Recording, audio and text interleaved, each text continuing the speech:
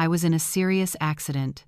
The doctor called my son and told him that his mother needed emergency surgery or I might not survive.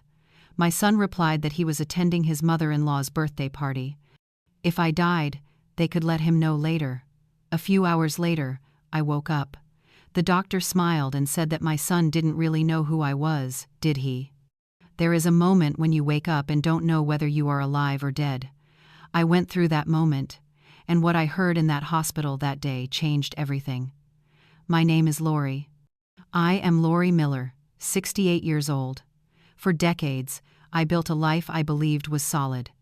But on that Thursday afternoon, lying on a cold gurney in the emergency room of a large hospital in Texas, the taste of blood still in my mouth and my vision fading, I realized a truth no mother should ever have to face. To my only son, I wasn't even worth returning a phone call. The accident happened fast. I was on my way home from the pharmacy. The irony isn't lost on me. Pharmacies had been tied to my entire life. As I crossed a busy avenue, a sedan ran a red light and slammed into me. I remember the impact, the sound of shattering glass, my body being thrown onto the scorching pavement, and then everything went dark. When I slowly regained awareness, I was in the emergency room. The white lights were painfully bright, the smell of antiseptic was overwhelming, and voices around me spoke in medical terms I couldn't understand. My body hurt in places I never knew could hurt like that. I felt something hot running down my temple. Only later did I realize it was blood. Severe traumatic brain injury. I heard a male voice say there was internal bleeding and that surgery was needed immediately. That was the first time I saw Dr. Henry Walker. He was tall, in his mid-50s, with neatly graying hair and a crisp white coat. But what I remember most were his eyes that truly saw you as a person, not just a chart. He told me he would call my emergency contact and squeezed my hand, saying everything would be all right. I tried to respond, but my mouth wouldn't cooperate and my head throbbed. I could only barely move my fingers. Michael, my son. He would come. I believed he would come. The doctor left the room. I lay there, suspended between consciousness and nothingness, listening to the steady beeping of machines. Every moment stretched endlessly. Then, despite the pain, something strange happened. My hearing sharpened unnaturally, as if my body knew I was at the edge and wanted me to understand everything around me. I clearly heard the doctor's voice in the hallway. He called Michael, introduced himself from the hospital, and said I had been in a serious accident. He explained that I had a traumatic brain injury with internal bleeding and needed emergency surgery within 20 minutes, or my survival could not be guaranteed. My heart raced. Weak as I was, broken as I felt, a spark of hope flared. Michael would drop everything and rush over. He was my son, my only child, the baby I once held in my arms, the man I raised with all my love. And then I heard his response. Michael's voice sounded muffled and distant, but every word pierced my heart like shards of glass. He said he was at his mother-in-law's birthday party, an important celebration. If I died, the doctor could let him know later, and he would decide what to do then. After that, there was silence. A silence so heavy it felt like the air had been sucked out of the room. I wanted to scream, to sit up and run, but my body was locked in place. Only my tears could move, burning as they streamed down my temples, mixing with blood. The doctor came back into the room. Our eyes met. He knew I had heard everything. He saw in my quiet tears a pain no medication could ever heal. "Lori," he said softly, squeezing my hand again, "we're going to operate. I won't let anything bad happen. You trust me." I blinked once. That was all I could do. As they wheeled me toward the operating room, as the anesthesia pulled me back into darkness, I heard him whisper something I didn't understand at the time. "Breathe, Lori. Your son doesn't know who you really are. Maybe it's time he did." After that, I remember nothing but emptiness, and then waking hours later with the certainty that my life would never be the same. What did the doctor mean by that? My son didn't know who I was. The truth was, I had forgotten who I used to be too. And this story is about how I remembered.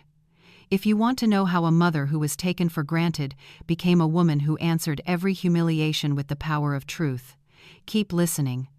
Because what happened next was something no one could have predicted. When I woke up after surgery, the first thing I felt was thirst. A terrible thirst, as if my body had crossed a desert. The second was a dull, heavy pain, radiating from my skull all the way to my fingertips. But the third feeling was different. It was anger. A cold, calculating anger that didn't explode, but burned slowly, turning everything to ash. Dr. Henry stood beside my bed when I fully opened my eyes. He smiled, but there was something in that smile I couldn't quite read. Perhaps compassion, perhaps understanding. I only knew that at that moment, he was the only person in the world who truly cared, whether I lived or died. "Welcome back, warrior," he said as he adjusted my IV. He told me the surgery had been successful and that I was stronger than I thought.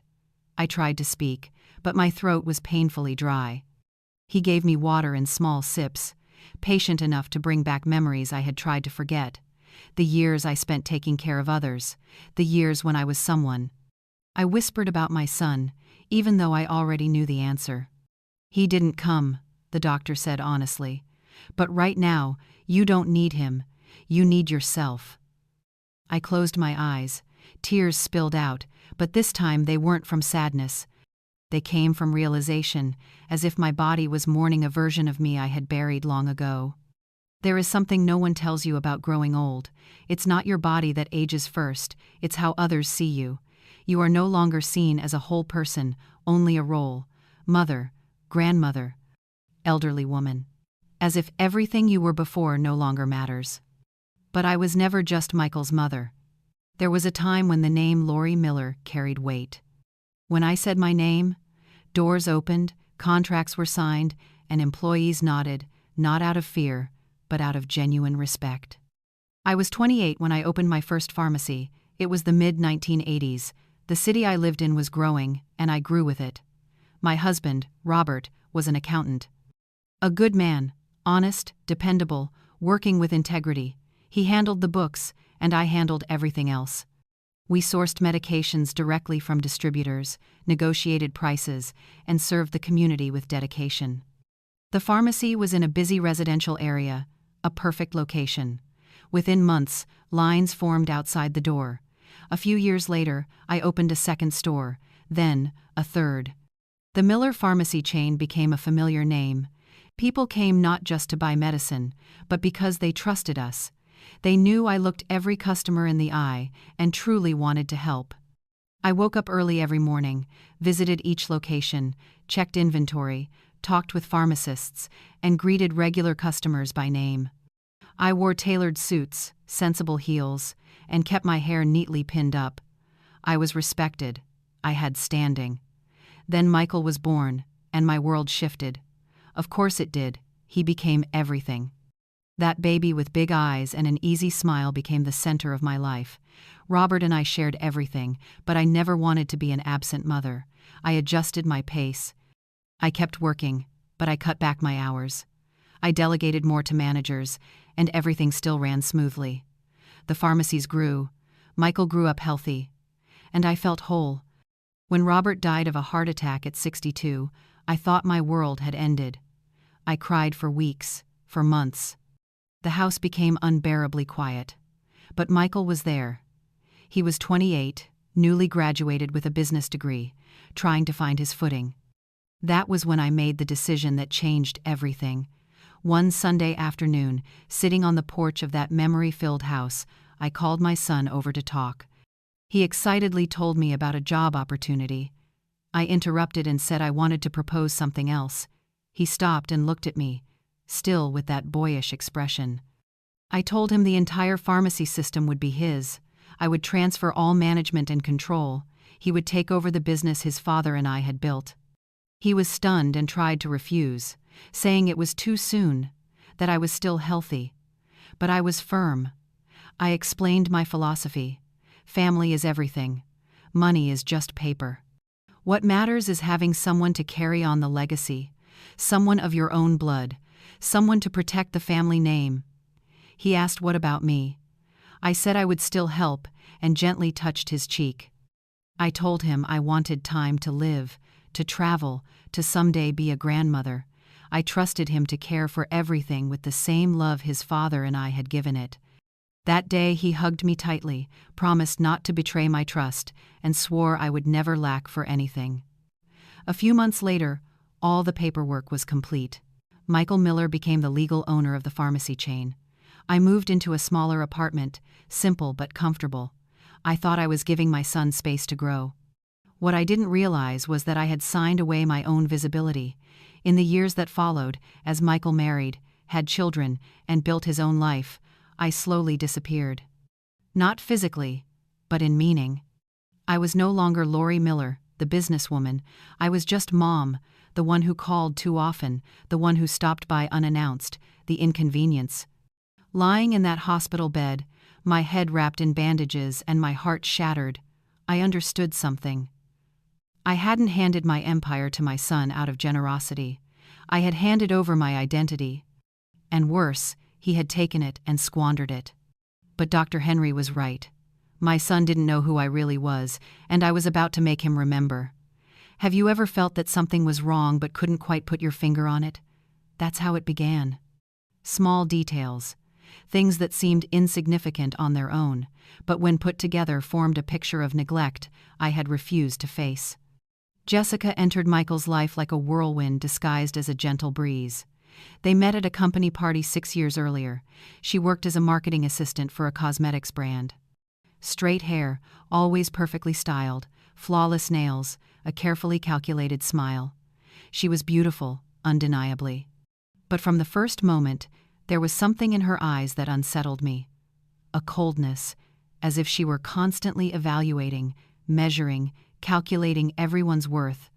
When Michael brought her home to meet me, I prepared a special lunch.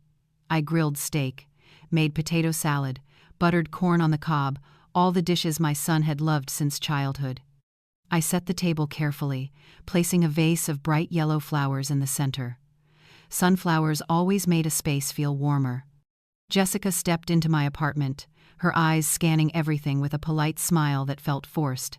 She greeted me with a light cheek touch that didn't actually touch. Then she sat on the edge of the sofa, as if afraid to dirty anything. "Your place is cozy," she said.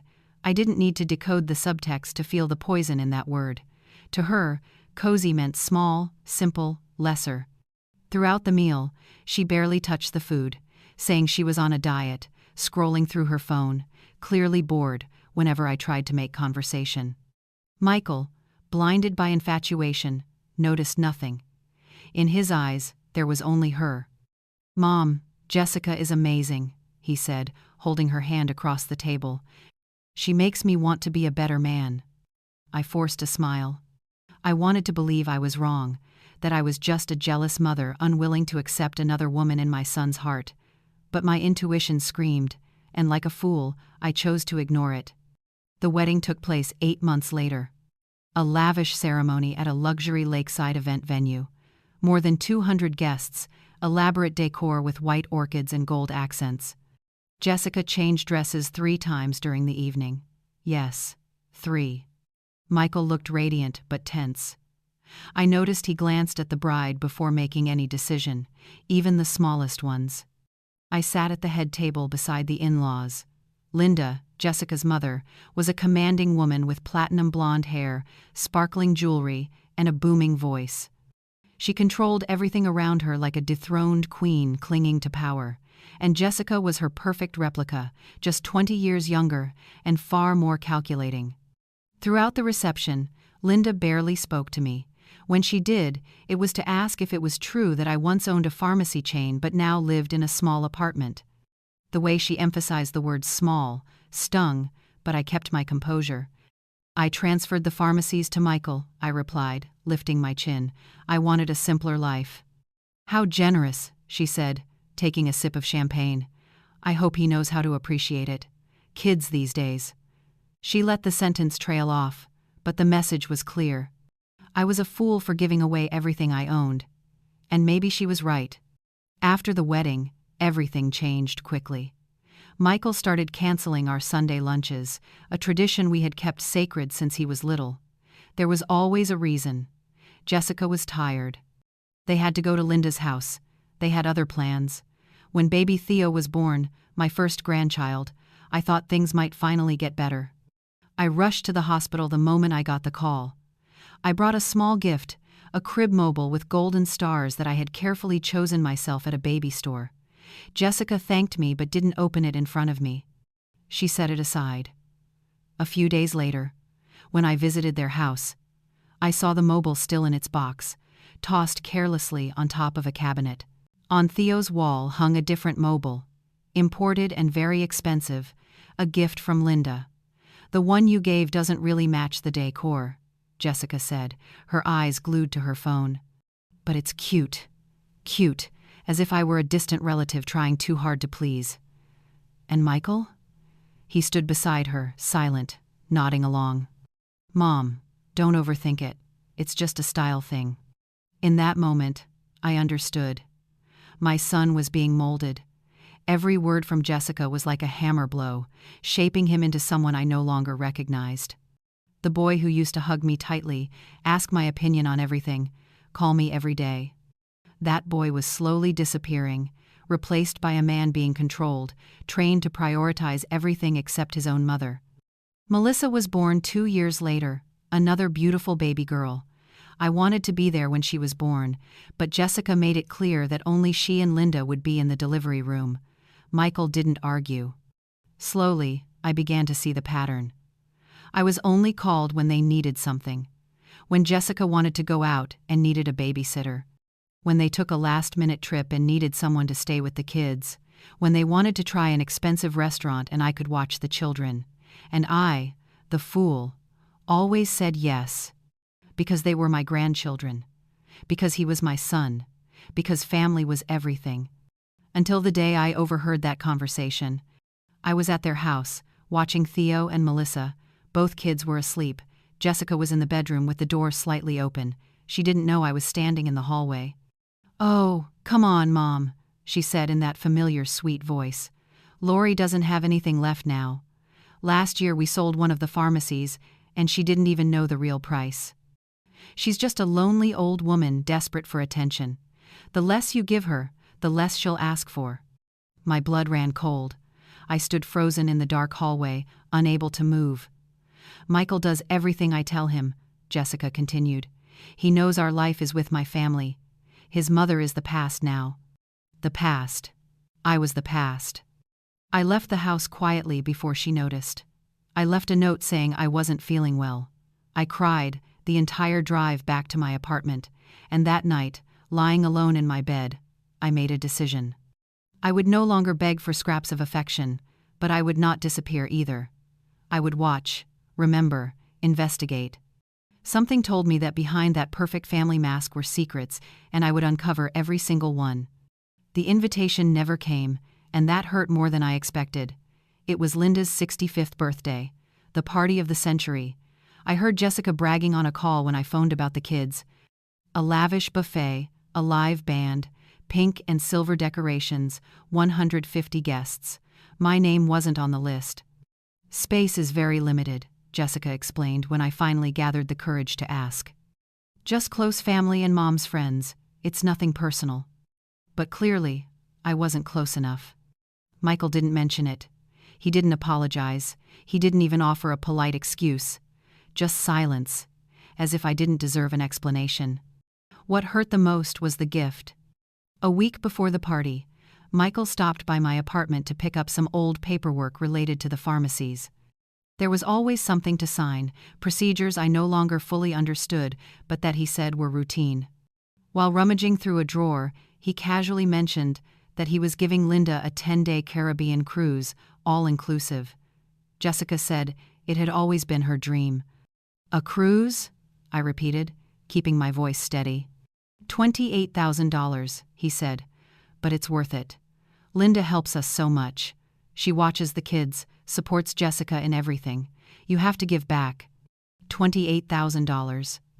I processed the number silently, because just 3 months earlier, on my 68th birthday, Michael had stopped by with a supermarket cake that cost $35, fake whipped cream and wilted strawberries, and stayed exactly 17 minutes. I timed it. 17 minutes. Jessica didn't come. She said she had a headache. The kids didn't even know it was my birthday. Theo asked if there was soda in the fridge. Melissa cried because she wanted to leave. Michael sang happy birthday quickly, gave me a rushed hug, said he was overwhelmed with work, and left. 17 minutes, $35.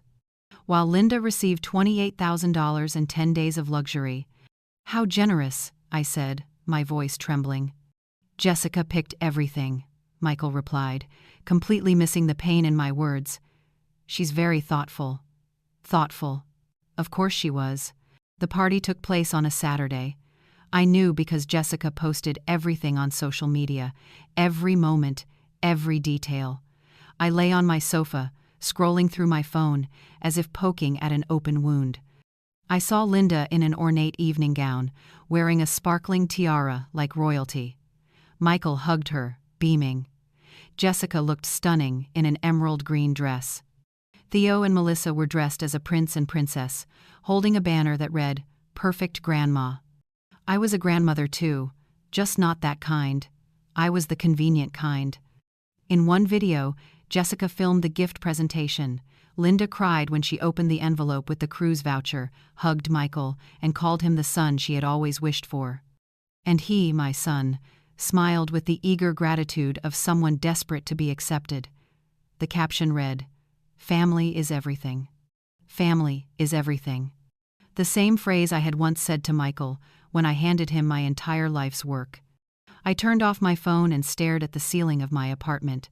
Plain white, with a damp stain in the corner I had never bothered to fix. Bare walls, heavy silence, a loneliness louder than any party music. 3 hours later, my phone buzzed. A message from Michael. He said he needed some space. That Jessica felt I was too emotionally dependent on him, and that it would be best to keep some distance for a while.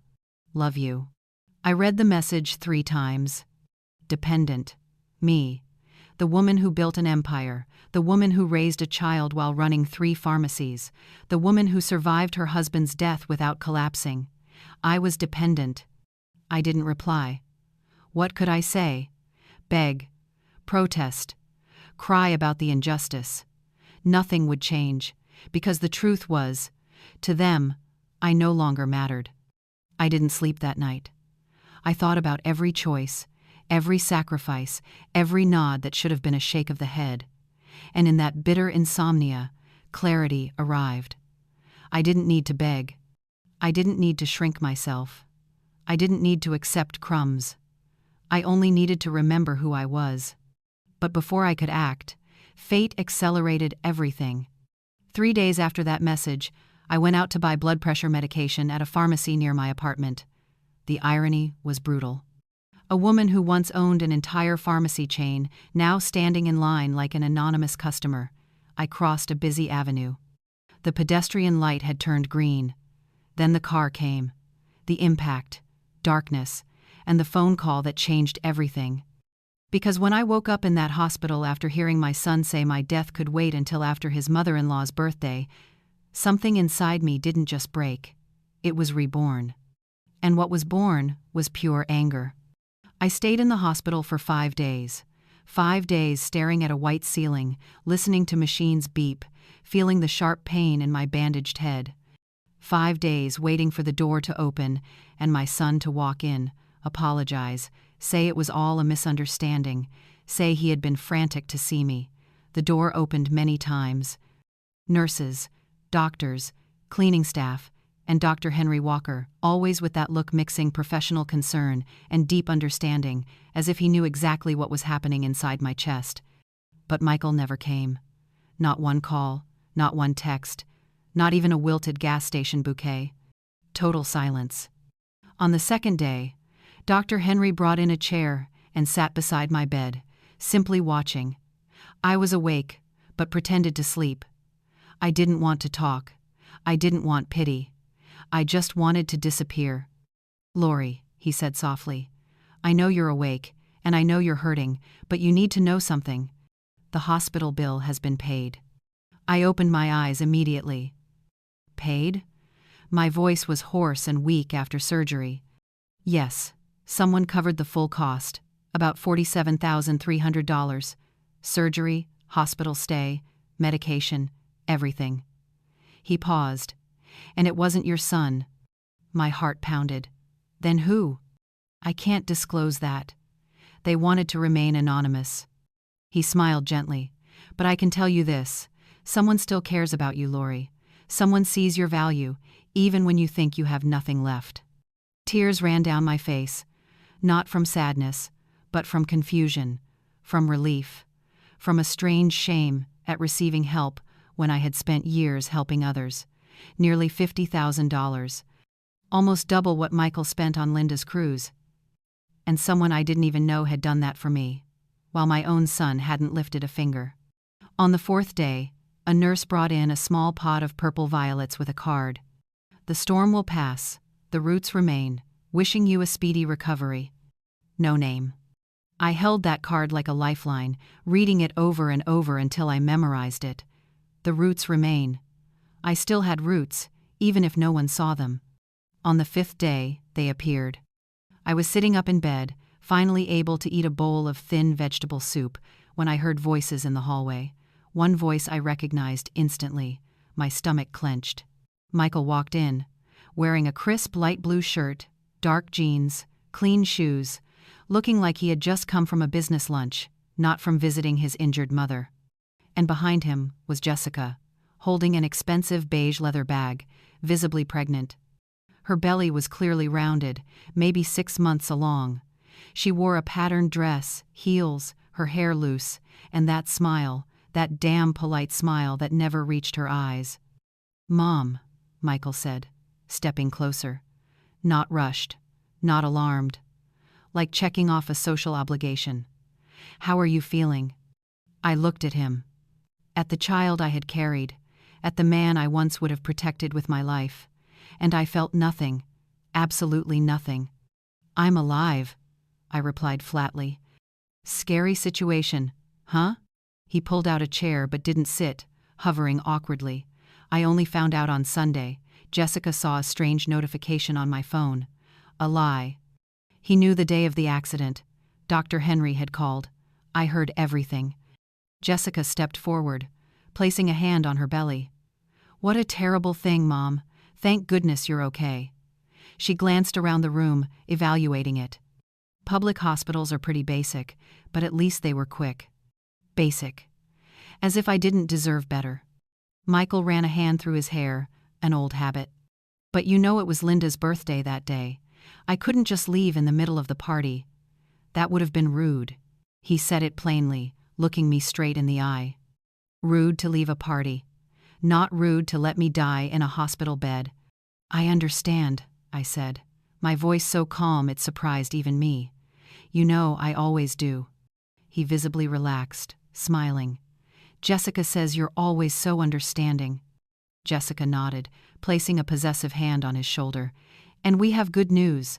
I'm pregnant again." She pointed to her belly. "It's a boy. We're naming him Ethan." "Congratulations," I said. Nothing more. The silence grew awkward. Michael shifted his weight. Jessica checked her phone.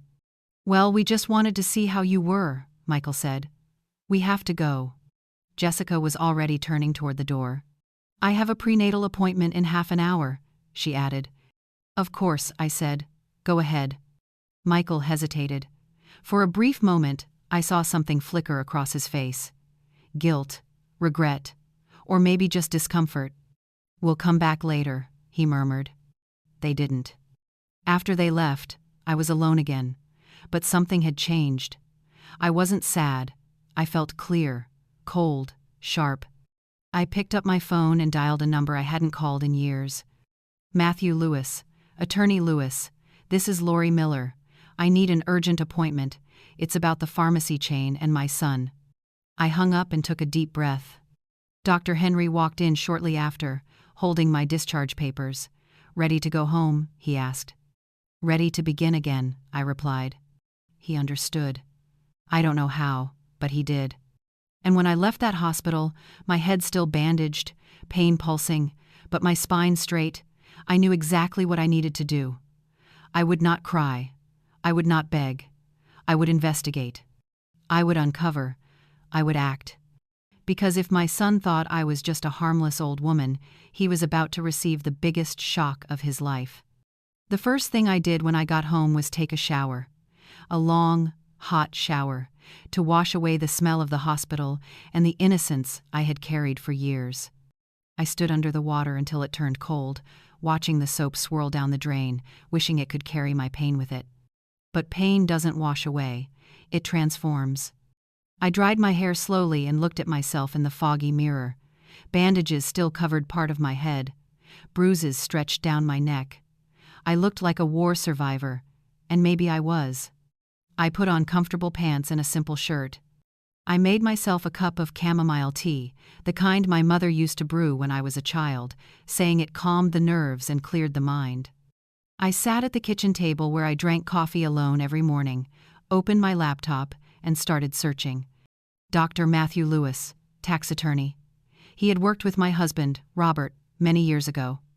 A serious, discreet, highly competent man. If anyone could help me understand what was really happening with the pharmacies, it was him. The next day I called again and scheduled an appointment for the following Tuesday. He didn't ask many questions. He just said, "I'll be waiting, Lori. Bring every document you have." In the days leading up to the meeting, I went through every drawer in my apartment. I found old contracts, bank statements, papers I had signed without reading carefully because I trusted Michael, because I thought he knew what he was doing. I had been a fool. In a dusty folder, I found the original transfer documents for the pharmacy chain. I read every line, every clause, every detail that I had once dismissed as tedious formalities. And there, buried in legal language, I found my first piece of gold. The transfer I had made was not total. Robert, my husband, had been wiser than I realized. He had created a holding company, Miller Holdings, and divided ownership of the pharmacy chain into shares. When I signed the papers for Michael, I had only transferred 49% of operational control. The remaining 51% was still mine, held through the holding company. I had completely forgotten. My heart was pounding. I was still the owner. I still had power. So why had Michael never mentioned it? Why did he act like the absolute boss? The answer came on Tuesday at Mr. Lewis's office. His office was in Austin, in a commercial building in the financial district, on the 10th floor, a spacious room overlooking the Texas state capitol area. Dark wood furniture, shelves lined with law books, the smell of freshly brewed coffee. He greeted me with a careful hug, avoiding the injuries that were still visible. "Lori, I'm very sorry for what you've been through," he said, gesturing toward a plush armchair. "But I'm glad you came to me." I placed the documents on his desk. He put on his reading glasses and began examining everything carefully. As he read, his expression slowly changed. His brows furrowed, his lips tightened, and from time to time he let out a heavy breath. After 40 minutes of silence, he removed his glasses and looked at me with an expression mixed with anger and pity. "Lori, I need your authorization to conduct a full audit of the pharmacy chain, because what I'm seeing here suggests something is very wrong." "Wrong, how?" My voice trembled. "The statements you brought are from 4 years ago. I'll need the current ones. But based on what I have, and what I can cross-check with public records." He paused, choosing his words. "There are irregular financial transactions, suspicious transfers, and Lori, one of the pharmacies, has been sold." The ground seemed to vanish beneath my feet. "Sold?" I repeated, my voice thin. "Sold how?" "The store in the South District was sold 2 years ago. The recorded price was $1,200,000. He looked at me steadily. "Did you authorize that sale?" "Never," I shouted, and pain exploded in my head along with the sound of my voice. "No one told me about any sale." "Then we have a very serious problem," he said calmly.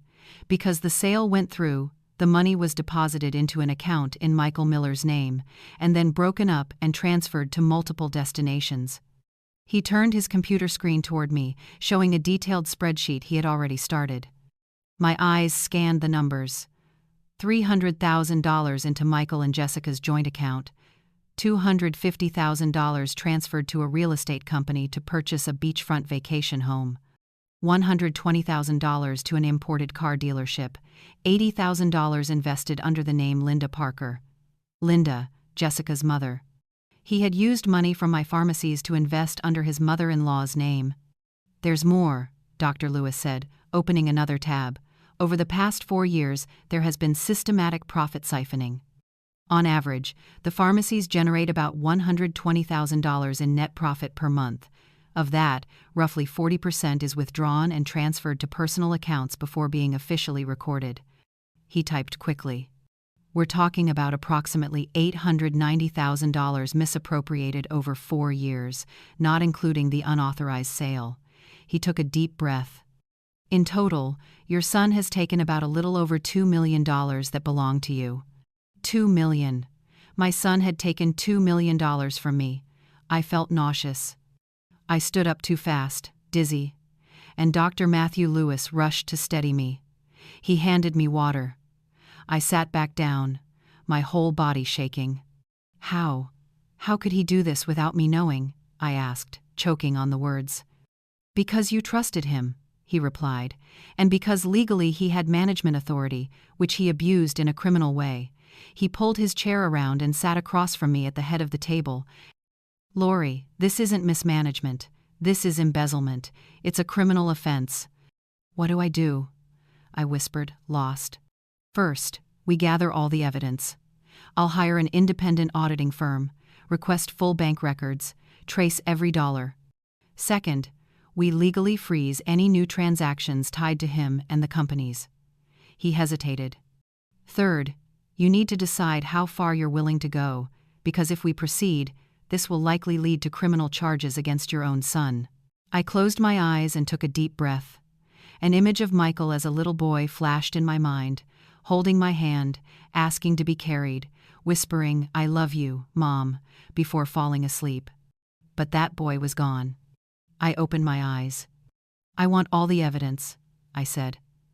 And I want my power back, all of it. Dr. Lewis nodded. Then we begin. But Lori, prepare yourself. When he realizes, he will react, and it may not be pleasant. Let him react, I said, feeling something rise inside me. A feeling I hadn't felt in years. Anger, strength, determination. He had been given chances to treat me with respect, chances to live honestly, chances to be by my side when I nearly died. I stood up and grabbed my bag. Now it's my turn, I said, and he's about to learn that the weak, dependent old woman he thought I was never existed. I left that office a different person from the one who had walked in. Still in pain, still bleeding inside. But I had purpose, not revenge, but justice. And I was about to learn that justice can taste more bitter than any betrayal. 2 weeks after my meeting with Dr. Lewis, I had a plan. Not the loud, dramatic kind you see in movies, where the villain is publicly humiliated. No, my plan was quieter, sharper. I had learned that those who shout lose credibility, while those who observe gain power. The audit was underway. Dr. Lewis hired a professional, discreet firm to comb through every document, every transaction, every lie printed on paper. Meanwhile, I had to act as if nothing had changed, as if I were still the naive, wounded old woman. And then an idea came to me. If Michael and Jessica saw me as a fool, why not use that to my advantage? I called Dr. Henry Walker, the doctor who had operated on me. We had become unlikely friends during my hospital stay. He had visited me twice, each time bringing a book or a different kind of tea, talking about everything except my son. He understood. "Henry, I need your help with something strange," I said over the phone, my heart racing. "How strange?" he asked. "I need you to help me pretend that I'm worse than I really am." There was a pause. Then he chuckled softly. "Lori Miller, you're planning something, aren't you?" "I'm planning justice," I corrected. "Will you help me?" "I'm in." 2 days later, Dr. Henry prepared a detailed medical report stating that I showed signs of mild cognitive decline, post-traumatic confusion, and required urgent neurological monitoring. None of it was true. My mind was clearer than it had been in years, but on paper, I looked fragile, vulnerable, perfect to be manipulated. I deliberately left that report on the living room table when Michael stopped by to pick up more paperwork. Always paperwork. Always things I had once signed without question. This time, I signed everything but photographed every page first. He saw the report, picked it up, and I watched his eyes light up. "Mom, are you okay?" he asked, pretending concern. "Yeah, honey," I said, making my voice shaky. "I've been so confused lately. I forget things. The other day I went to the grocery store and couldn't remember how to get home." A lie. But he believed it. Of course he did. That night, Jessica called. Rare. "Mother-in-law," Michael told me about the medical report, she said softly, full of fake concern. "It must be so hard. You live alone in that apartment. Maybe you should consider, I don't know, a nursing home. Somewhere with care, people your age." A nursing home. They wanted to put me away, to gain full control. "Oh, Jessica, I don't know," I said, playing my part. "That sounds so scary." "We'll help choose one," she said quickly, "but you really need to think about the future. In your condition, it's best to get everything in order. A will, all that paperwork stuff." A will. There it was. "Yes," I lied smoothly. "I've been thinking about that too, and I realized I have some savings, things Robert left that I forgot about." Silence on the line. A very interested silence. "Savings?" Jessica repeated carefully. "Yes. A safety deposit box at the bank, and I think my aunt, Evelyn, who passed away last year, left me a property in her will." "Really?" The excitement in her voice was nauseating. "It's not very big," I added, "but people say it's worth around $300,000. Another lie. Aunt Evelyn was real, but she had died 15 years earlier and left nothing. Jessica didn't know that. "Oh my God. Mother-in-law, that's incredible," she said. "Do you need help handling that? Michael knows all about these things." "That would be wonderful," I replied, smiling alone in my empty kitchen. "I get so confused with paperwork." I hung up and waited. Not long. 3 days later, Michael showed up with flowers. Stargazer lilies, red roses, expensive, wrapped in glossy paper. I couldn't remember the last time he had given me flowers. "Mom, I came to see you," he said, stepping inside, smiling, hugging me with exaggerated care, as if I were made of glass. "Jessica said you've been confused. I wanted to check on you." "My son is so thoughtful," I said, pretending to be moved. "I really have been forgetful lately, and I've been thinking about getting my life in order. I want everything settled for you." His eyes lit up again. Greed is easy to spot when you know where to look. "About that, Mom. Jessica mentioned you might have some savings." "Oh, right," I said, pretending to remember. "Your father was very careful. There's a safety deposit box I never opened, and Aunt Evelyn's house. I'd like your help handling it." He had already pulled out his phone. "I can go to the bank and check the paperwork." "That would be wonderful, son," I said, taking his hand and looking him straight in the eyes. "You always take such good care of me." The lie came easily. He deserved every fake word.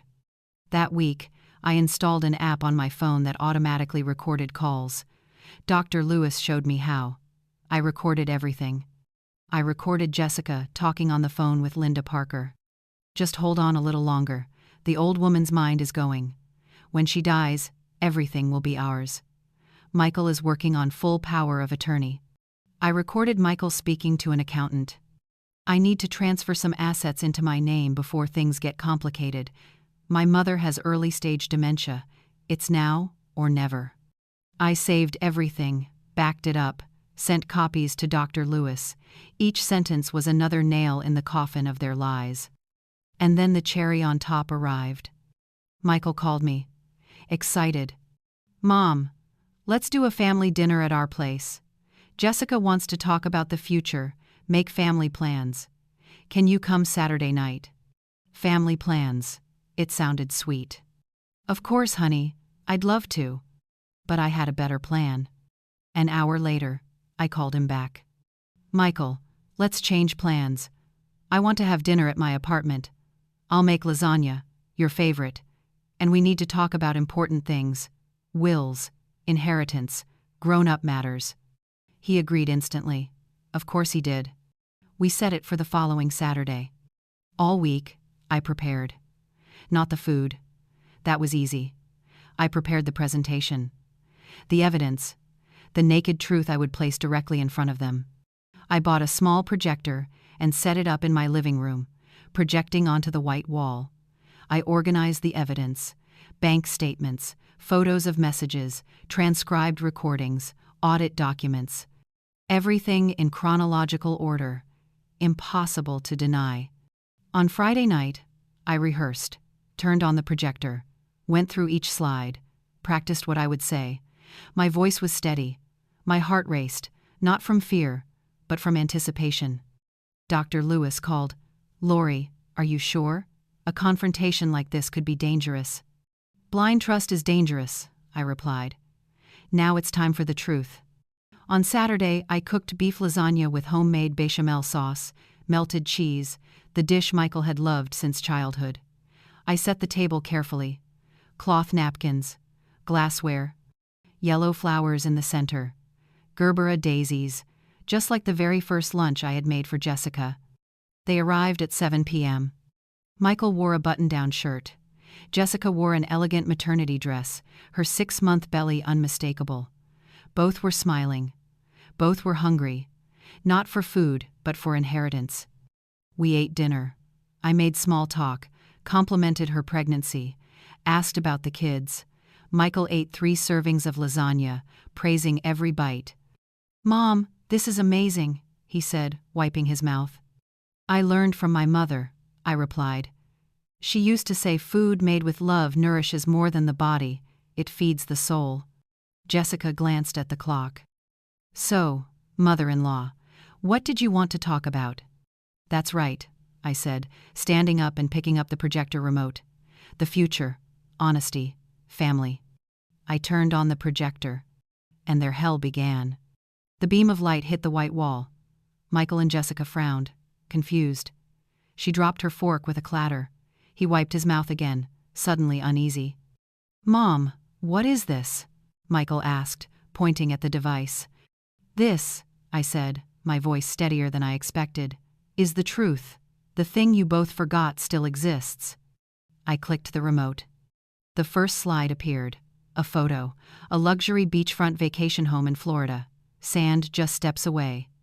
An infinity pool, wooden decks.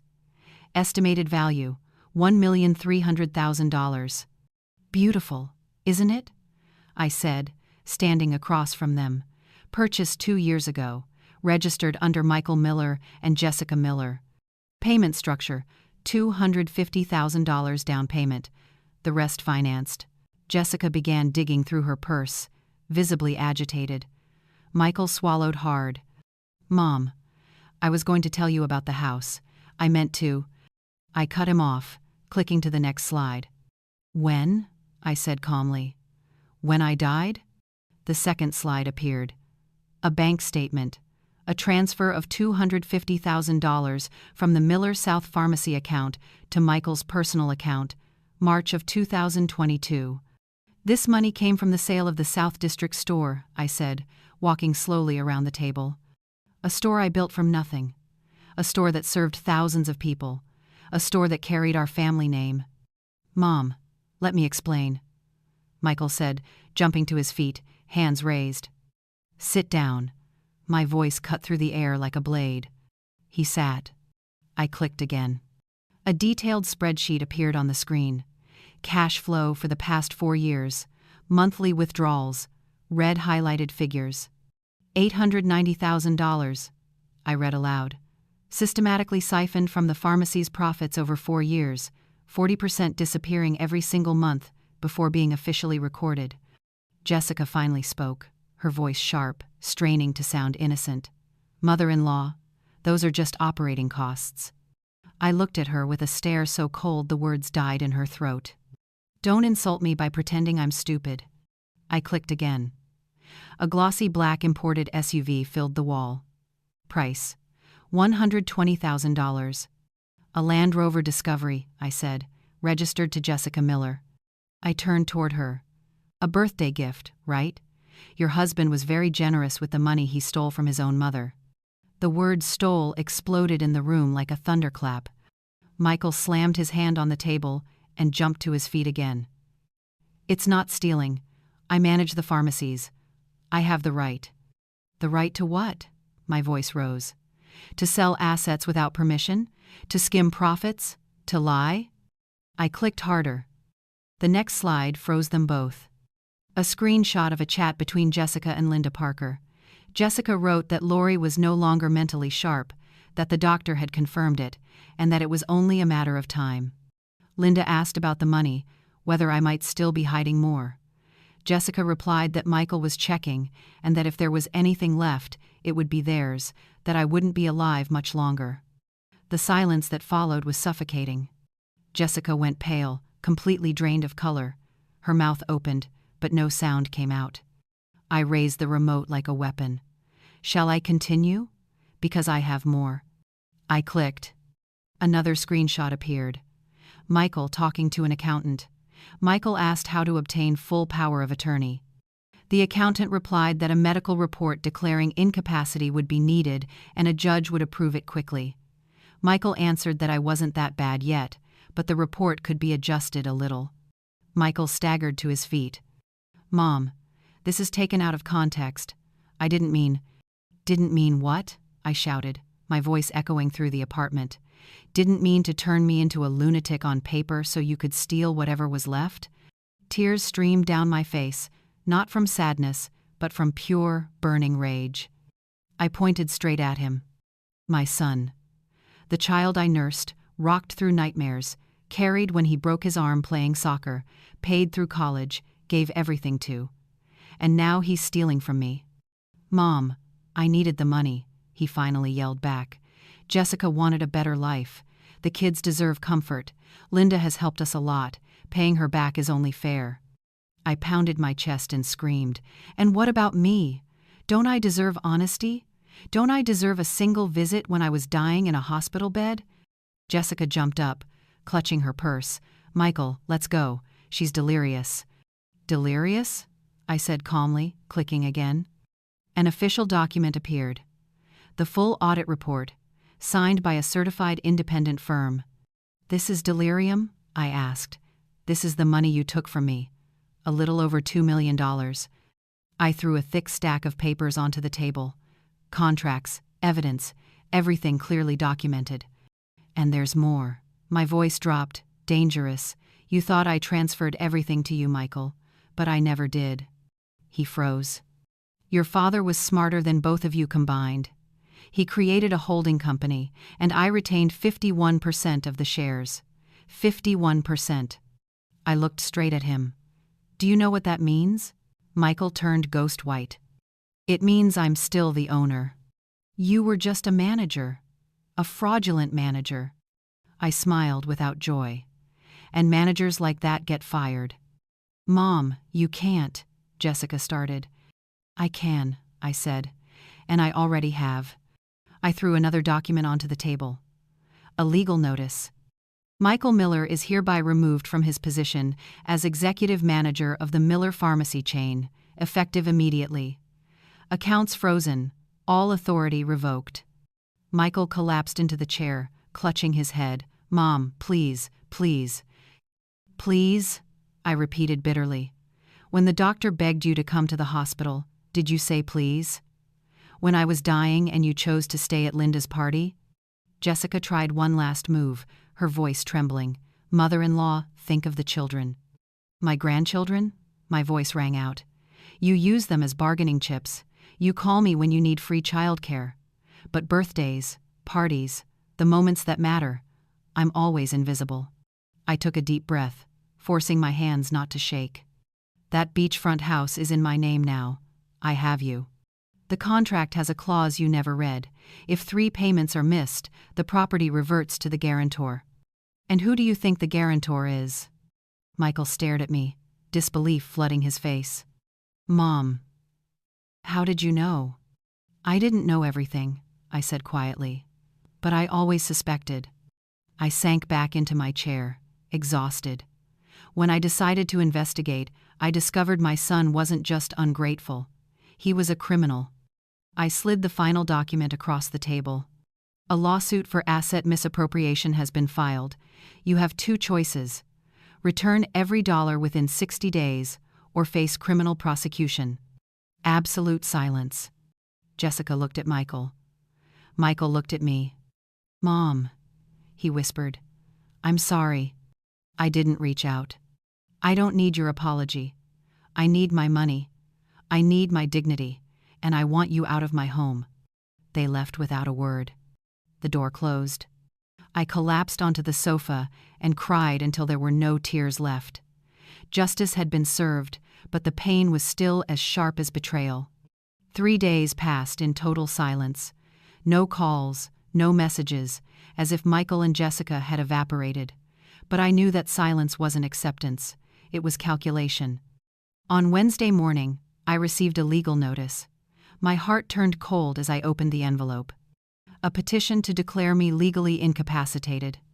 Michael was asking the court to rule me mentally unfit in order to impose guardianship and protect the assets. He was trying to turn me into a madwoman on paper. I called Dr. Lewis immediately, my hands shaking so badly I could barely hold the phone. "Stay calm, Lori," he said firmly. "This is a desperate move, and we have irrefutable proof of your competence. Dr. Henry's medical report, documentation showing you personally conducted the entire investigation. They will lose." "But what if they don't?" My voice cracked. "What if they lock me away and take everything?" "They won't. Trust me." He paused. "It's time to play our strongest card." "What card?" "The real structure of the holding company." The next day, I was back in Mr. Lewis's office. He spread the documents across the dark wooden desk and explained carefully. When Robert created Miller Holdings, he thought further ahead than anyone realized. Not only did he divide ownership, he built in protective clauses. He pointed to an old, yellowed document. Automatic reversion in cases of proven mismanagement. Another clause: if a manager commits asset misappropriation, their shares automatically revert to the controlling shareholder. "That would be me," I said, feeling something swell in my chest. "Exactly. Michael never truly owned 49%. He only had conditional management rights. And with the evidence we have," Dr. Lewis smiled, "he loses even that.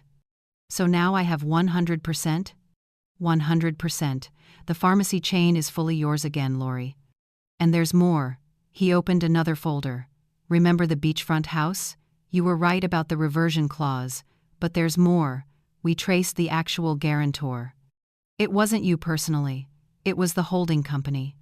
And since the holding company belongs to you, the house belongs to you." I whispered, unable to believe it. "The house is yours, and they're 12 payments behind. Legally, you can repossess the property and demand repayment of everything already paid as debt." I leaned back, trying to absorb it all. Everything Michael had built with stolen money was coming back to me. "But there's one more thing you need to see," Dr. Lewis said, his voice lowering. "This one will hurt." My stomach tightened. He turned the laptop toward me.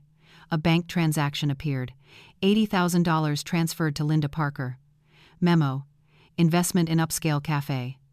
Michael and Linda opened a business together. A high-end cafe downtown. He invested $80,000 from the pharmacy funds as a minority shareholder. Linda is the controlling shareholder and operator. He did business with his mother-in-law using my money. Yes, and there's more. Another document appeared. Jessica was registered as the company's marketing director. Monthly salary, $12,000. $12,000 a month, I repeated, stunned. While I lived on a $4,000 pension and a little savings. "They built an entire family business without you," Dr. Lewis concluded, "using your assets as the foundation." The rage inside me ran so deep my whole body trembled. "How many people know about this?" "Only us and the audit team." "Why?" "Because I want everyone to know," I said, standing up. "I want Linda to know the money her son-in-law invested was stolen. I want her partners to know. I want this in the news if possible." Dr. Lewis hesitated. Lori, going public could complicate the case. I don't care, I said, grabbing my bag. They humiliated me, erased my existence, left me to die in a hospital while they raised champagne glasses. Now it's my turn. He sighed, then nodded. Then we do it properly. I have a contact at the local paper. We can run it as an investigative piece on asset misappropriation in a family business. No names, but enough clues for anyone who wants to connect the dots. Do it. 2 days later, the bomb went off. The article appeared in the business section of a major Texas newspaper.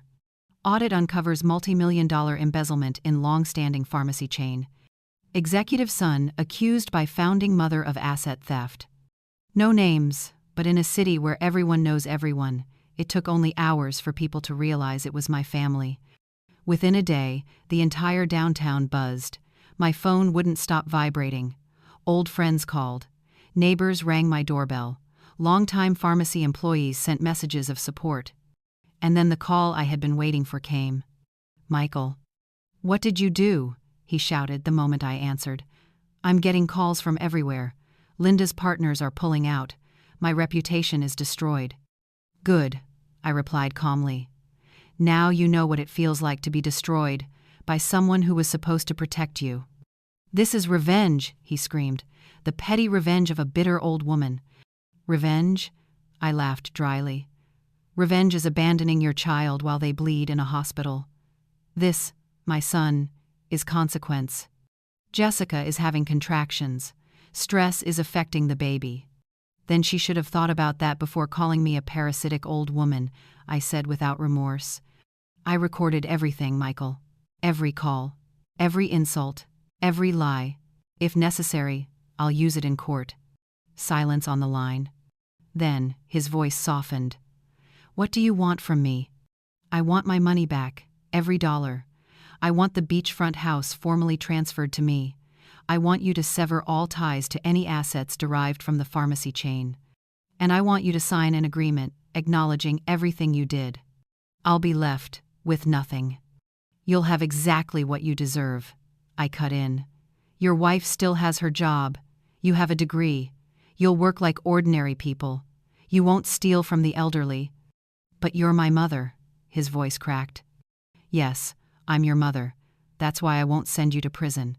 But if you don't repay everything within 45 days, the criminal case will proceed. And then not even I will be able to save you. I hung up. I sat on the sofa, staring out the window. The evening sky burned orange between the city's square buildings. Outside, everything looked orderly. Inside, chaos reigned. That night, Dr. Henry called. I read the paper. Are you okay? Tired, I sighed, but lighter. For the first time in years, I feel like I'm in control of my life. You're doing it, he said, and I'm proud of you. Those words, from someone who was almost a stranger but completely sincere, made me break down, not in pain, but in release. The settlement was signed on a rain-soaked Friday. Michael entered the notary's office gray-faced, dark circles under his eyes, his suit wrinkled. Jessica didn't come. According to him, she had been ordered to rest due to pregnancy complications from stress. A very small part of me felt pity. Dr. Lewis stood beside me, reviewing every clause. Michael signed without reading, his hand shaking so badly his signature was barely legible. The document clearly stated acknowledgement of asset misappropriation, full repayment of $890,000 on a structured schedule, transfer of the beachfront house to me, and relinquishment of all rights connected to the pharmacy chain. In exchange, I withdrew the criminal complaint. The notary stamped the papers and declared it complete. Michael held his copy and looked at me. I saw no anger, no hatred, only emptiness. Mom, he began. I raised my hand. No, maybe never. He nodded and walked out. The door closed. Final. Dr. Lewis placed a hand on my shoulder. You did the right thing. Then why does it still hurt? I whispered. Because a mother's love doesn't have an off switch, he said gently, but justice cannot be optional. In the days that followed, things slowly settled. The first payment arrived in my account, $50,000. Michael sold Jessica's imported car to raise cash. I knew because Linda posted furious messages online about an incompetent son-in-law ruining her daughter's future. The cafe partnership dissolved. Linda took full control and cut Michael and Jessica out. Neighborhood rumors said she sued them to recover her investment. The perfect family collapsed. Jessica blocked me everywhere. Michael communicated only through lawyers, sending proof of payments. But my grandchildren hurt the most. 2 weeks after the settlement, I received a summons. Michael requested restrictions on my visitation rights, claiming a toxic environment and negative influence from the grandmother. That pain cut deeper than the theft. I hired a family law attorney. We submitted all evidence. Old messages with the children, photos of our time together, gifts, neighbor statements confirming how well I cared for them. The judge was a woman in her early 60s, sharp-eyed. She read everything, then summoned Michael and me. "Mr. Miller," she said, removing her glasses. "Property disputes are adult matters. Using children as weapons is unacceptable. Your mother has never posed a danger to your children. This is a financial crime between adults." She ruled in my favor. Regular, unsupervised visitation. I would see Theo and Melissa twice a month, and alternate holidays. The first time I took them for ice cream after months apart, Theo asked why his mother said I was bad. My heart clenched. I knelt down and held his hands. "Sometimes grown-ups fight, but Grandma will never stop loving you." Melissa just hugged me tight and said I made the best cakes. I cried right there in the ice cream shop, holding them while strangers stared. The pharmacy chain needed a full restructuring. I returned to direct management after 8 years. I hired new managers, audited every process, renegotiated supplier contracts. Despite what Michael had drained, the system remained profitable. Transparent management made the numbers soar. And that's when an idea took root. I invited Dr. Henry for coffee and shared my plan. He listened, then smiled. "Are you sure?"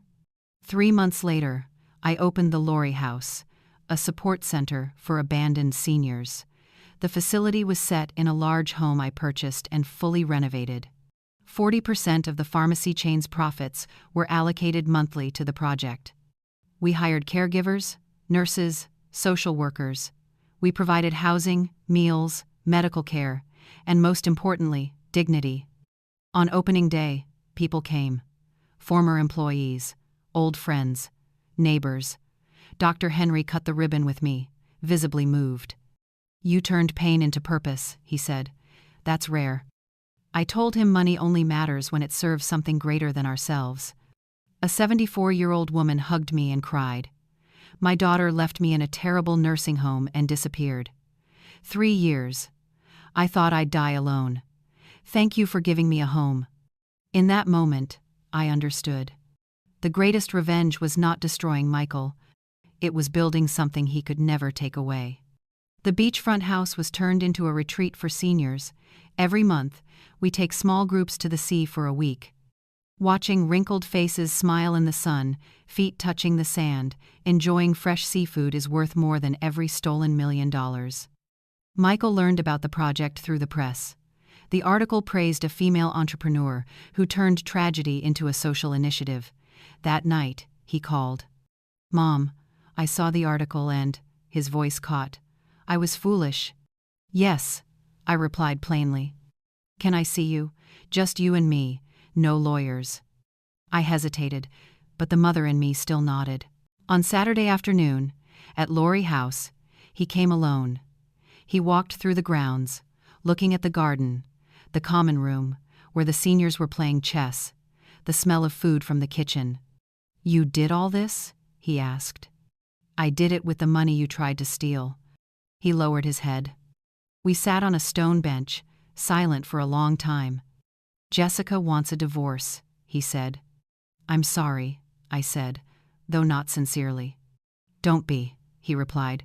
"She was only with me for the money. When the money ran out, she left. Linda doesn't speak to me anymore either. She says I'm a failure." He took a deep breath. "And you, Mom, What do you think I am? I think you're a son who disappointed the most wonderful mother in the world. Tears rolled down my cheeks, but this was not forgiveness. Not yet. You hurt me, Michael, in a way I don't know can ever fully heal. I know, and I'll spend the rest of my life trying to make up for it. I looked at my son, wrinkles that hadn't been there before, flecks of gray in his hair. The boy I once knew was gone, replaced by a broken man. I don't need you to make it up to me, I said. I want you to live better, for yourself and for your children. He nodded, crying. He stood and wanted to hug me. I allowed it, but briefly. It still hurt.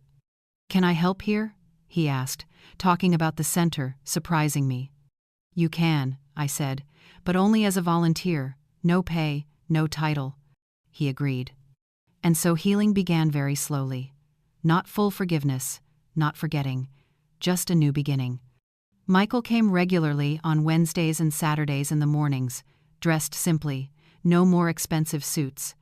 He helped in the kitchen, organized medications for the seniors, talked with them. At first, I could barely look at him. Every time I saw him, that sentence echoed in my head. If she dies, tell me later. Then one day I saw him holding the hand of Walter, an 81-year-old man in the early stages of Alzheimer's, during a moment of panic. Are you here to pick me up, Dad? Walter asked, confused. I'm here, Michael replied patiently. Let's have some coffee. I watched him lead Walter into the kitchen, brew coffee exactly the way he liked it, strong, 2 spoonfuls of sugar. Then sit and listen to the same repeated stories about a war Walter had never fought but believed he had lived through. Dr. Henry, who visited the center weekly, pulled me aside. He's trying, he said. That doesn't erase what he did, I replied flatly, but it might stop it from happening again. He looked at me calmly. Lori, you can live forever in pain, or allow space for change. I'm not asking you to forgive, just to observe. So I observed. I saw Michael bring the grandchildren to the center. Theo and Melissa ran through the garden, hugging the seniors, handing out drawings from school. I heard my son tell them that Grandma built this place because she believes everyone deserves respect. Theo hugged me and said I was like a superhero. Melissa said her mom told her I was bad, but her dad said he was the one who did wrong and that Grandma was teaching people to be better. Those words broke my heart and healed it at the same time. A month later, during a major storm that flooded part of the house, Michael stayed up all night helping pump water out, securing rooms, calming the seniors. Near dawn, I saw him sitting exhausted in the kitchen. I sat across from him and placed a cup of hot tea in his hands. Thank you, Mom, he said. I don't know how to apologize for something unforgivable. Then don't apologize, I replied. Prove it. I'm trying. I know. It was a fragile beginning, but a real one. With Jessica, things went the opposite way. The divorce was brutal. She demanded enormous alimony, half of what Michael had, which in reality was very little after repaying me. The court approved only the basic amount for the children and rejected the unreasonable demands. When baby Ethan was born, healthy, with big eyes, Jessica told me directly that I would not be part of the child's life. The other grandchildren could see me because of the court order, but not this one. It hurt, but I didn't beg. I had learned that dignity matters more than pleading. Michael tried to change, but Jessica had full custody. He was only allowed brief, supervised visits with Ethan. She's using the child as a weapon, he told me. Just like you once used your children to hurt me, I replied, not cruelly, just truth. I deserve that, he admitted. But Ethan doesn't deserve to grow up without family. Then fight for him the right way, legally, with dignity. He did. It took many months, but eventually he gained joint custody. Meanwhile, Lori House grew. We renovated more rooms, added more beds, organized craft classes, music lessons, movie nights. The seniors came back to life. Margaret began teaching knitting.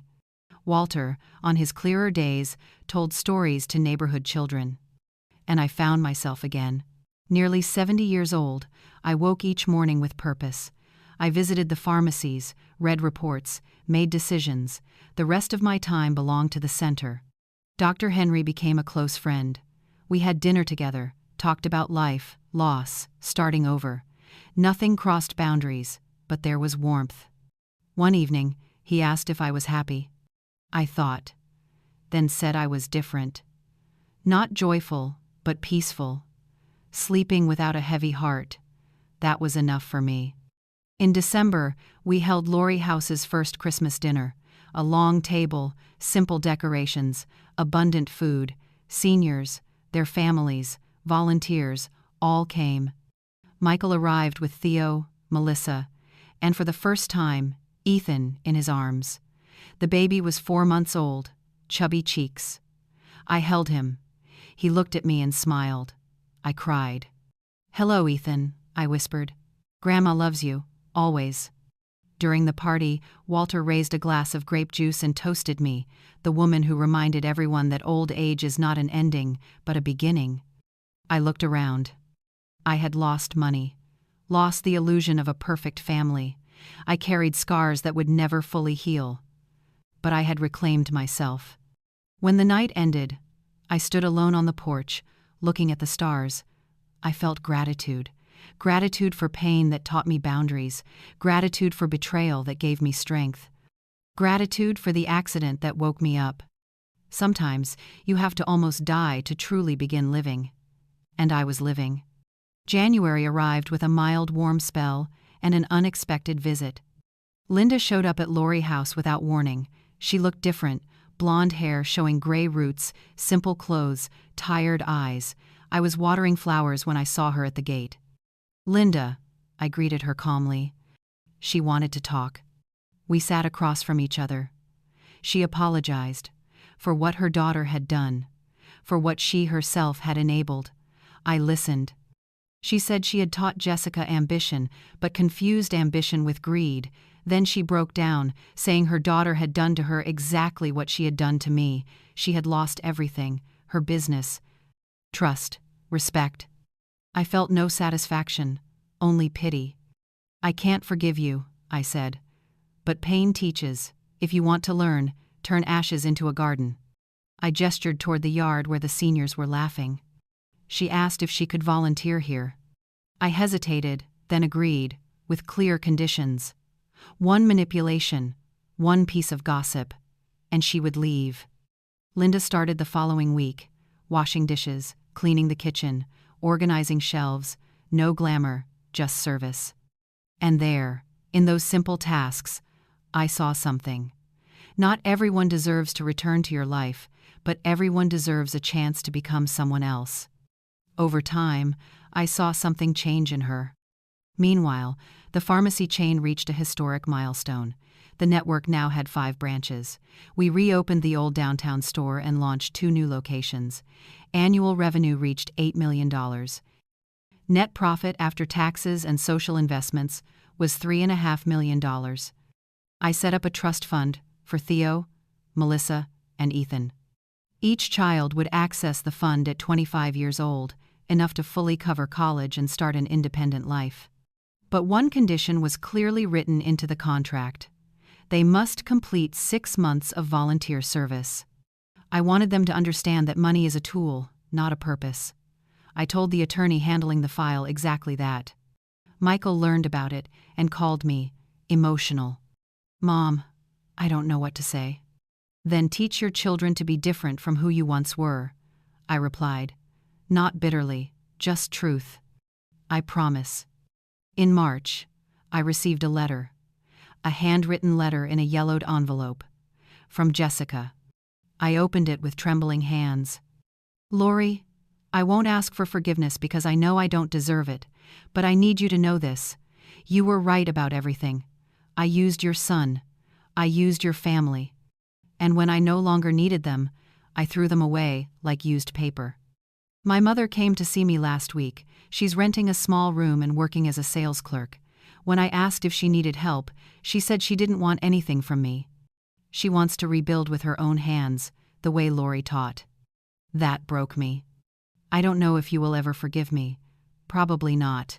But please know that your actions changed more lives than you realize, including mine, even though I don't deserve it. Ethan will be allowed to see you, I promise. When he grows up, I will tell him the truth, that he has an extraordinary grandmother I was too foolish to value. Jessica. I folded the letter and put it in a drawer. Not forgiveness, but acknowledgement, and sometimes, that is all we can achieve. That evening, I told Dr. Henry about the letter over dinner.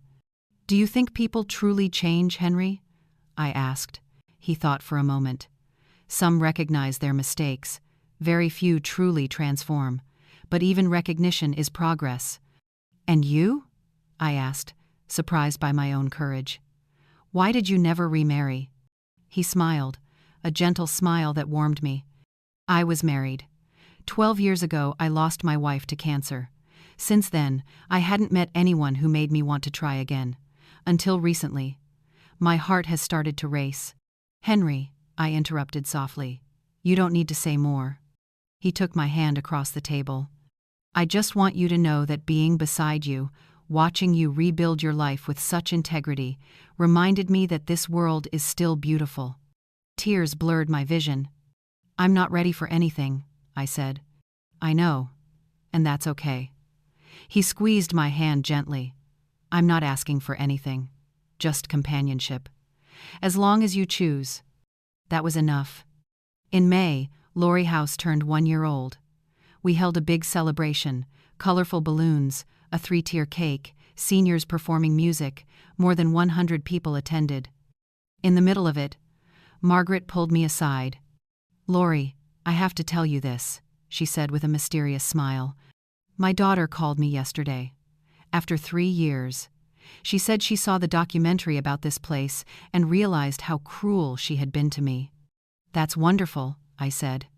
"And do you know what I told her?" Margaret straightened her back, eyes shining. "I told her she was welcome, but I no longer needed her to be happy, because here I have a real family." I hugged her and cried. That night, alone in my apartment, now, filled with photos of the seniors, the grandchildren, moments of joy, I looked at myself in the mirror. I saw wrinkles, gray hair, hands marked by time, but I also saw lively eyes, a steady posture, an honest smile. "Lori," I said aloud to my reflection, "you survived, and more than that, you were reborn. From the ashes of betrayal, I built a legacy. From the pain of rejection, I cultivated self-respect.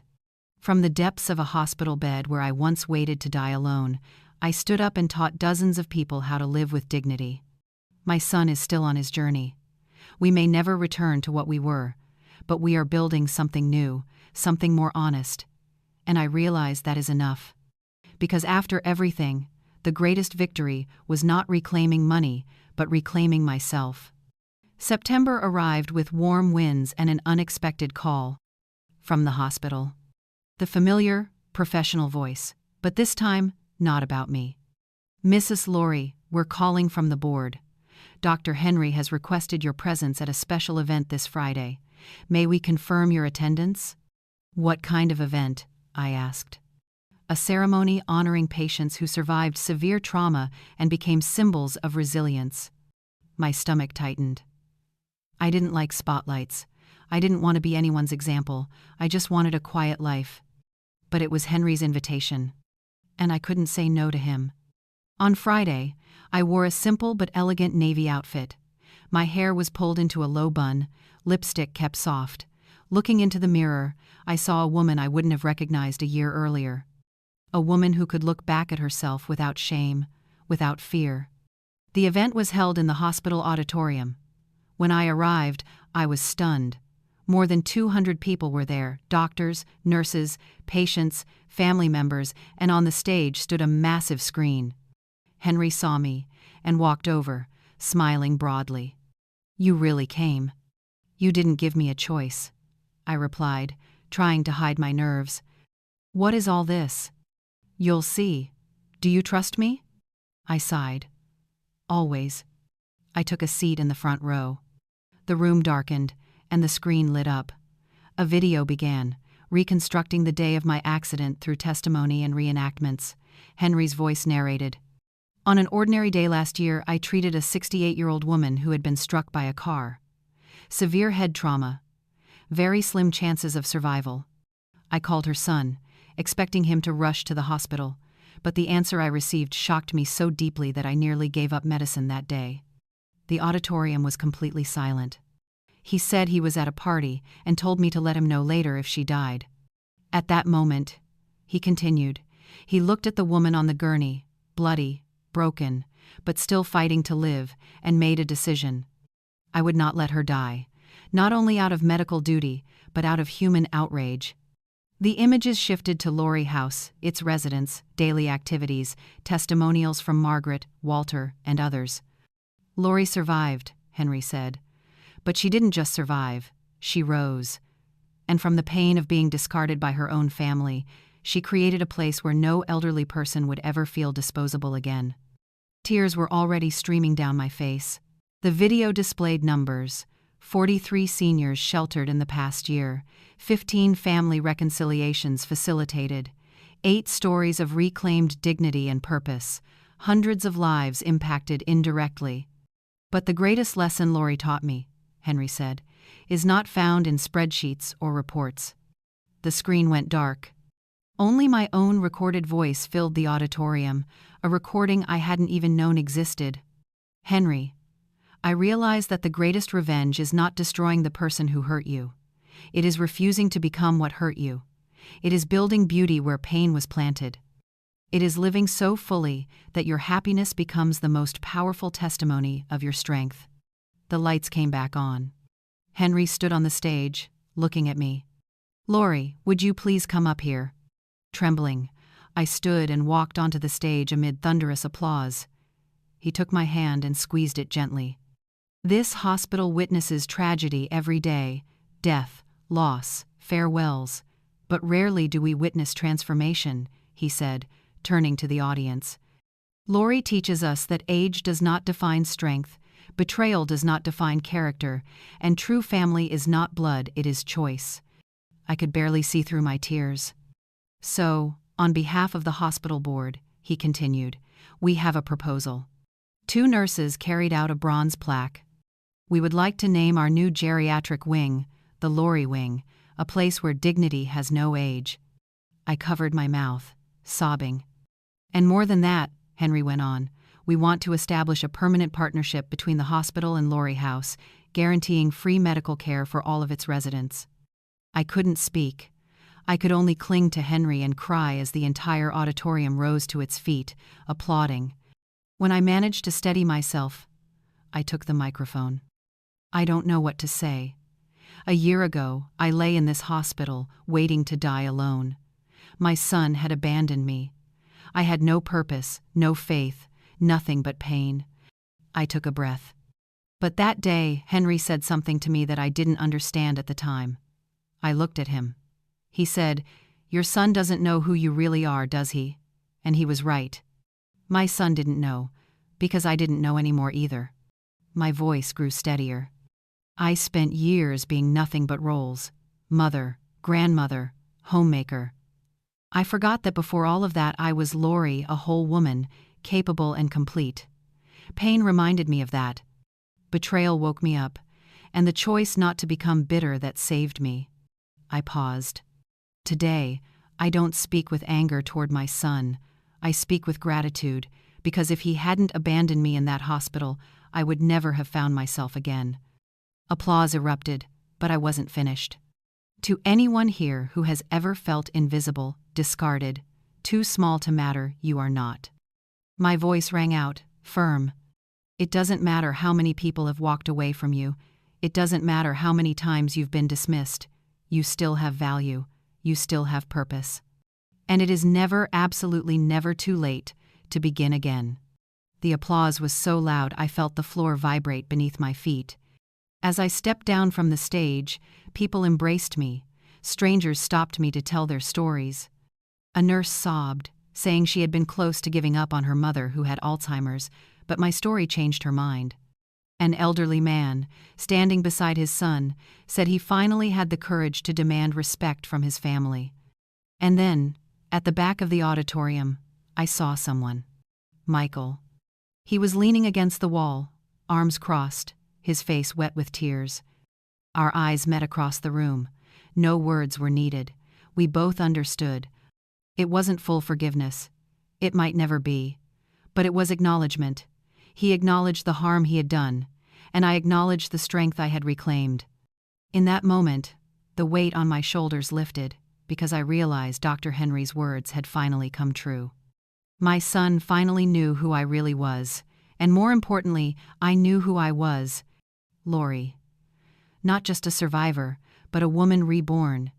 And I understood then that this was the most beautiful form of revenge of all, living so fully that your very life becomes proof that no one, absolutely no one, can diminish you unless you allow it. That night, I returned home with a completely different feeling, not because everything was perfect, but because I was whole. 3 days after the ceremony, Michael called me. "Mom, can we really talk this time?" I agreed to meet him at a cafe near Lori House, a neutral place, free of heavy memories, just two people trying to find a path forward. He arrived on time, thinner, hair cut short, clean-shaven, polished on the outside, but something in his eyes was different. It took me a moment to recognize it. Humility. We sat down, ordered coffee, and sat in silence for several long seconds, watching steam rise from our cups. "I was in the auditorium that day," he began. "I arrived late and stood in the back, but I heard everything." He swallowed. "When you said you were grateful for pain, your voice shook. Mom, I destroyed you. How can you be grateful for that?" I stirred my coffee slowly, choosing my words. "I'm not grateful for the betrayal, Michael. I'm grateful for what I chose to do with it." I looked straight at him. "Pain is unavoidable. Transformation is a choice." He nodded, wiping his eyes with a napkin. "Jessica called me last week, for the first time in months," he said with a bitter smile. "Do you know what she said? That she was wrong. That you were right. That she became exactly what her own mother was, manipulative, greedy, empty." "And what did you say?" "I told her it was too late for us, but not too late for her to change as a person." He took a deep breath. "I learned that from you. That it's never too late." I took a sip of coffee. Bitter, but strangely fitting for the moment. "Michael, I need to tell you something. And you just need to listen. Don't interrupt." He nodded, tense. For a long time, I carried anger. Anger so heavy I could barely breathe. I closed my eyes, returning to that day in the hospital. "When I heard you say that if I died, you could be told later, something in me truly died.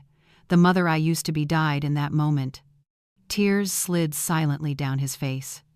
"But do you know what else died?" I continued. "Illusions. The illusion that giving everything would make you love me more. The illusion that sacrifice creates gratitude.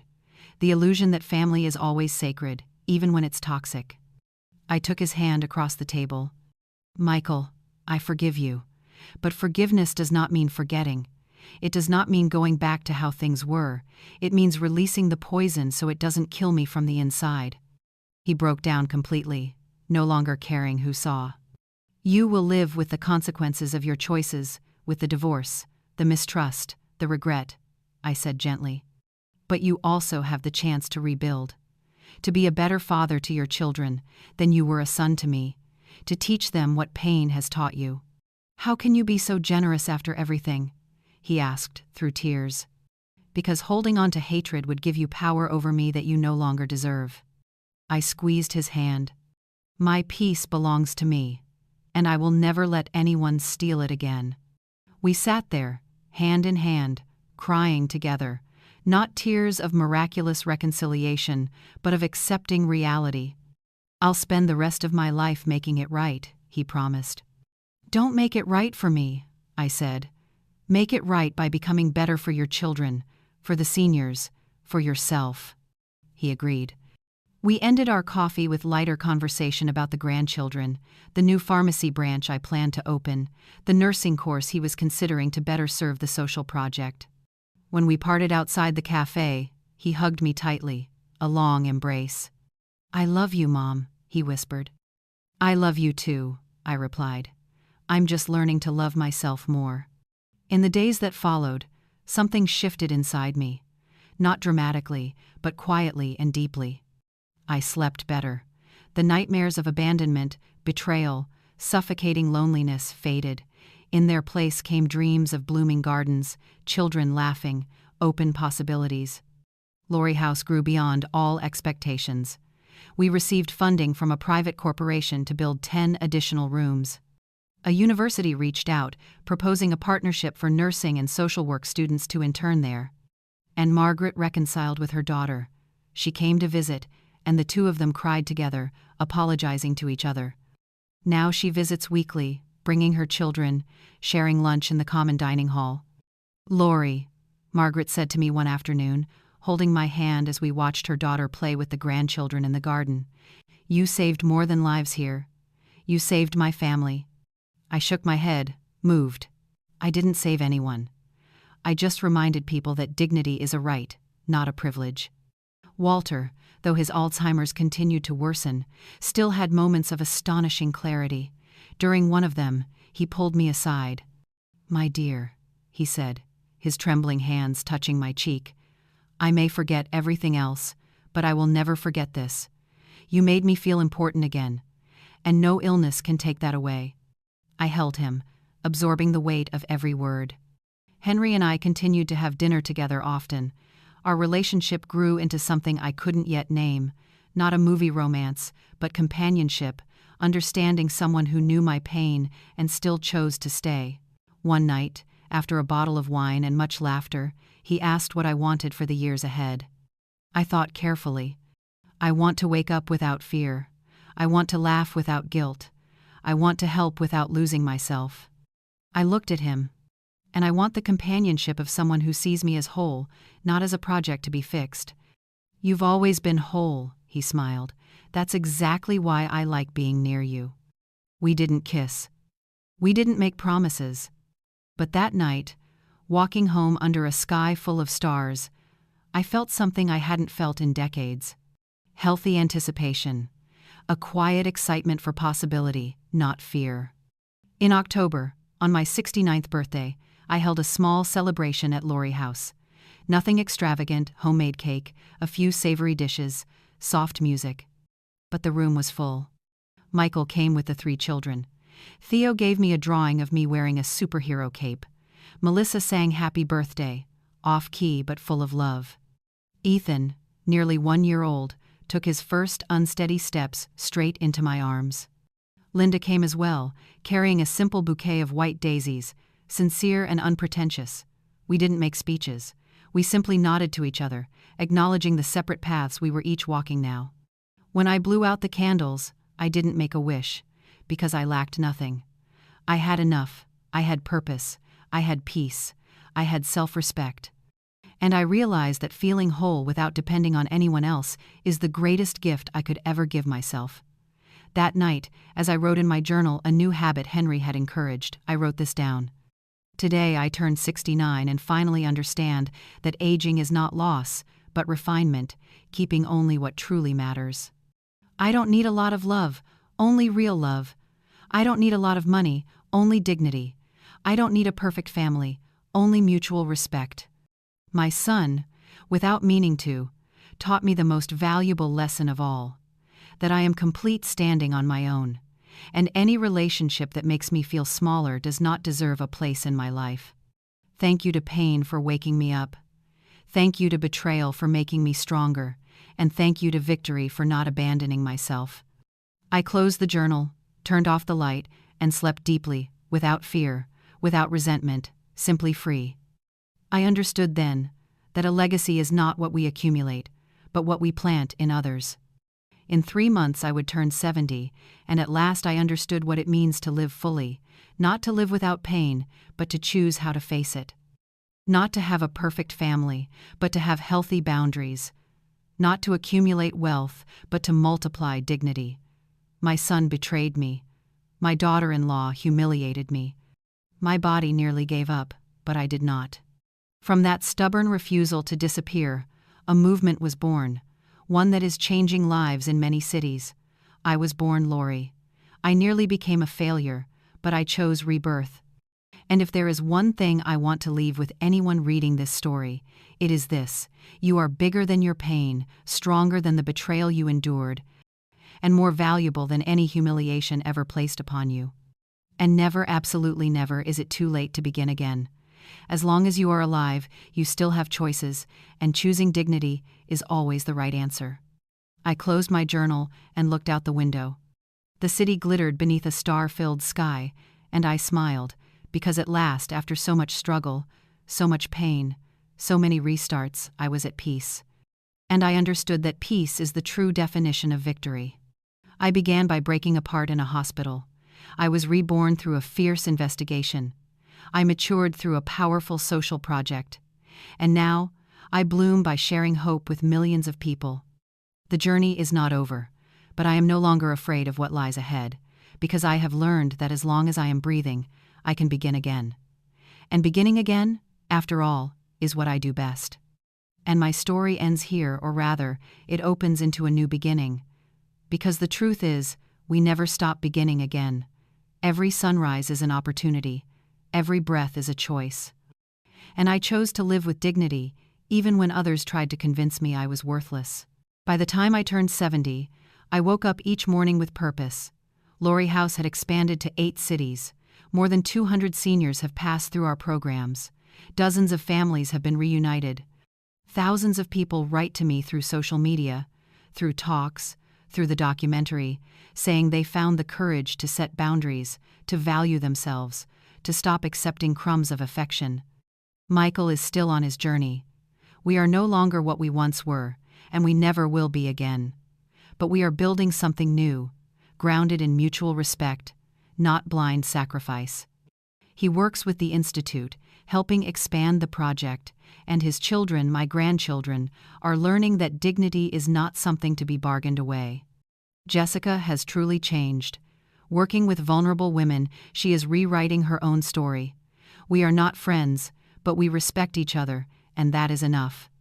And Henry, some stories are too beautiful to rush. We are writing ours with the calm of people who understand that the most precious things in life do not need to be hurried. And if you have stayed with me until here, if you have listened to this entire story, I want to leave you with one final reflection. No matter how many times you have been abandoned, made to feel small, invisible, replaceable, you still have value. You still have purpose. And as long as there is life within you, you still have the power to change. Do not let pain define you. Use it to demand respect. Prove it through your own dignity. And never accept less than what you deserve simply because you fear being alone. Being alone is not the same as being lonely. Being alone can be liberating, and sometimes we have to lose everyone else in order to finally find ourselves. If this story touched your heart, leave a comment and let me know where you're listening from and what moved you the most. Have you ever gone through something similar?